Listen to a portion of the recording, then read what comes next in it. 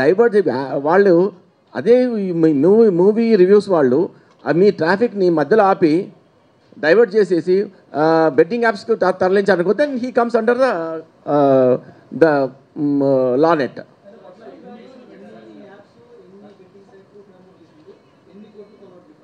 అంటే సైట్లు ఎన్ని అన్నది ఇంకా దాంట్లో డేటాలో రిట్రీవింగ్లో వస్తుంది, ఎన్ని సైట్లన్నీ వచ్చింది. అది మొత్తం చాలా డేటా ఉంది, millions of bytes of data ఉంది. మేము మొన్న చూపించాం కదా సార్, అప్పుడు మా సిపి గారు చూపించినప్పుడు చాలా అనాలిసిస్ చాలా టైం పడుతుంది అది. దాని తర్వాత ఇప్పటి వరకు అరౌండ్ మోర్ దాన్ 20 crores అయితే సంపాదించినట్టు దాంట్లో ఉన్నాయి. 3 crores అయితే ఆల్రెడీ అతన్ని నెట్ బ్యాంక్లో ఉన్నాయి, సీజ్ చేయడం జరిగింది ఆల్రెడీ. అప్పుడే మీకు సార్ పెట్టిన సిపి గారు పెట్టినప్పుడే. ఇప్పుడు ఇంకా అనాలిసిస్లో ఇంకా మొత్తం చెప్పడం ఏంటంటే రేపొద్దున ఇంకా ఏఐ అండ్ Web3 అనే ఒక టెక్నాలజీ వస్తుంది. అంటే అది మీకు కూడా తెలిసి ఉంటుంది. Web3 టెక్నాలజీ వచ్చినప్పుడు ఇప్పుడు మనం Web2లో ఉన్నాం. అంటే ఏదైనా సార్ 2 dimension దాంట్లో ఉన్నాం, Web2లో ఉన్నాం. Web2లో నుంచి Web3కి వెళ్ళిపోయినప్పుడు ఆల్మోస్ట్ ఇంకా చాలా టఫ్ అవుతుంది, ఇంకా ట్రేసింగ్ అనేది చాలా అనానిమస్ అవుతుంది అని.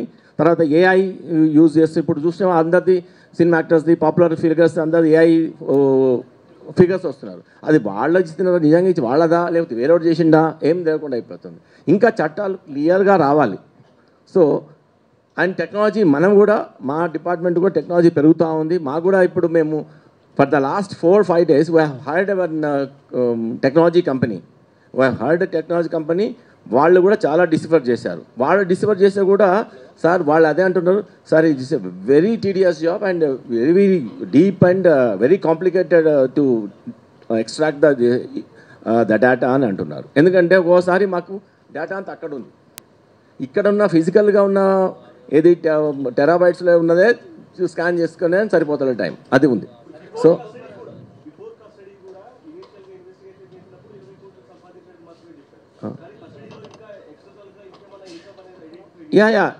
ప్రాపర్టీస్ ఐడెంటిఫై చేసాము ఆల్రెడీ, అవి కూడా సీజర్కి పెట్టాము. ఒకటి ఇక్కడ ఏది ఎక్కడైతే పట్టుకున్నామో అక్కడ రెయిన్బో విస్టాస్లో ఒక అపార్ట్మెంటు, దాని తర్వాత వైజాగ్లోది, తర్వాత ఇంకా కొన్ని ఏదో హౌస్ అదొకటి కూడా మనం సీజర్ చేస్తాం.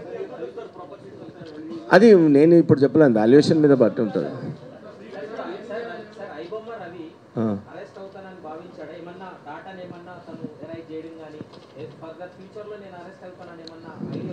నో అతనికి చాలా కాన్ఫిడెంట్గా ఉన్నాడు.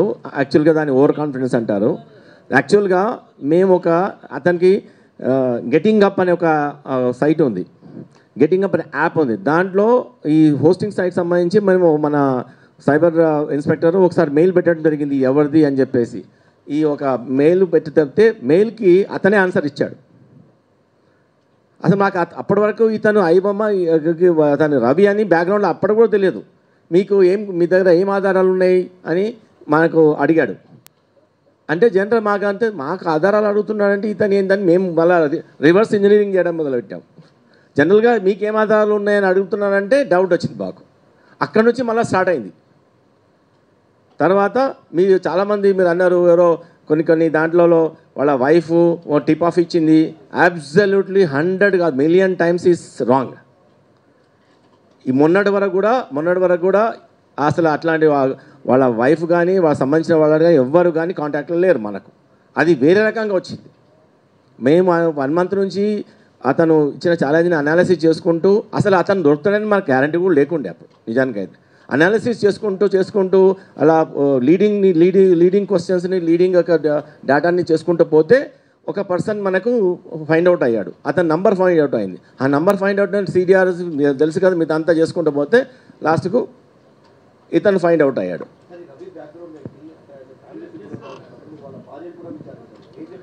నేను వాళ్ళ భార్య గురించి మనకైతే మేము విచారణ కానీ ఇట్లా కానీ చేయలేదు.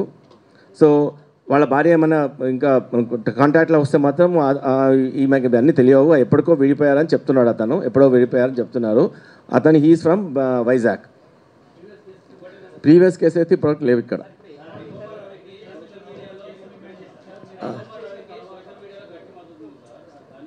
అదేంటి నేనేమన్నాను,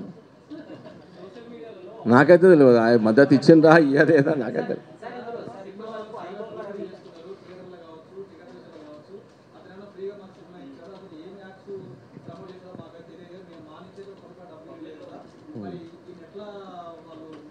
అదే యాక్చువల్గా వాళ్ళకి తెలుస్తలేదు, సినిమా చూస్తున్నారు కానీ వాళ్ళ డేటా ఇచ్చేస్తున్నారు. వాళ్ళ డేటా ఎంత వాల్యుయబుల్తో, సినిమా ఒక 100 రూపాయలు పెడుతున్నావు, 1000 రూపాయలు పెడుతున్నావు, అయిపోతుంది ఆ రోజుకు. కానీ నీకు లక్షల రూపాయల విలువైన డేటా పోతుంది నీకు, అది ఆలోచించు ఫస్ట్.